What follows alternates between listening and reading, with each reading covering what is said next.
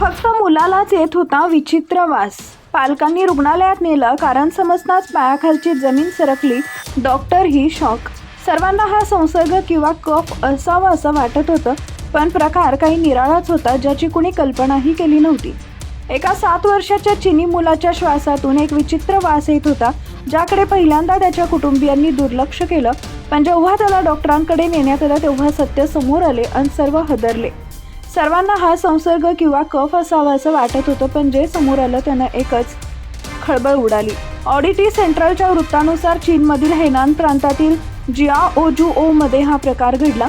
येथील रहिवासी असलेला एक मुलगा मला विचित्र वास येतोय अशी तक्रार त्याच्या वडिलांकडे करत होता. मुलगा लहान असल्यानं हा वास नेमका कशाचा आहे हे सांगू शकत नव्हता. त्यामुळे नेमकं काय होते हे त्याच्या पालकांना देखील समजत नव्हतं. या 2 वर्ष निघून गेली. मुलाच्या बोलण्यावर कोणीच विश्वास ठेवला नव्हता. शेवटी त्याचे पालक त्याला डॉक्टरांकडे घेऊन गेले. त्यावेळी डॉक्टरांनी मुलाच्या नाकाच्या आतील बाजूला काळ्या रंगाचा कोरडा कफ अडकल्याचं सांगितले. मुलाच्या डोक्याचा सिटी स्कॅन केल्यावर त्याच्या तक्रारी तथ्य समोर आलं. नाकाच्या आतील बाजूला काहीतरी असल्याचं दिसलं. त्यामुळे डॉक्टरांनी ती गोष्ट ओढून काढण्याऐवजी शस्त्रक्रिया करण्याचा निर्णय घेतला.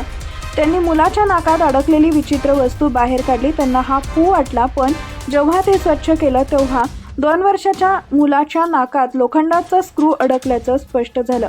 रिकव्हरीनंतर मुलाचा विचित्र वास येत असल्याची तक्रार देखील बंद झाली.